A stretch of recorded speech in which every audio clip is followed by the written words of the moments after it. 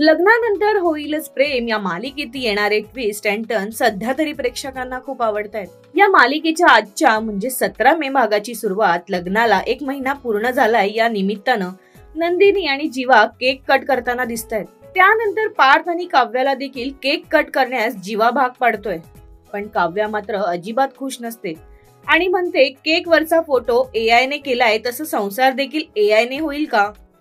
प्रेम पण एआय ने होऊ शकतं का, असं ती पार्थला विचारते। तेवढ्यातच वसू आत्या म्हणते तुमची जी काही भांडणं असतील ती रूम मध्ये करा आणि पटकन एकमेकांना केक भरवा, असं म्हणत काव्याला डिवचते, ज्यामुळे काव्या तो केक वसू आत्याच्या तोंडात कोंबते।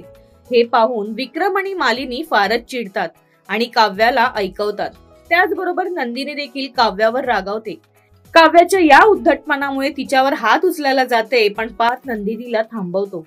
तर एकीकडे वसू आत्या आणि मंजू रूम मध्ये जाऊन त्यांचा नंदिनी आणि काव्यामध्ये भांडण लावून देण्याचा प्लॅन यशस्वी झाला याबद्दल बोलतात।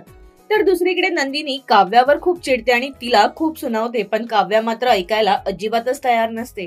उद्याच्या भागात देशमुखांच्या घरी झालेल्या या दोघी बहिणींचं भांडण शांत होईल का आणि काव्या तिचा हा उद्धट व्यवहार कमी करून पारशी नातं सुधारवण्याचा प्रयत्न करेल का, हे पाहण्यासाठी आणि मालिकेच्या अशाच खास अपडेटसाठी इट्स मज्जाला फॉलो, लाईक आणि सबस्क्राईब करायला विसरू नका।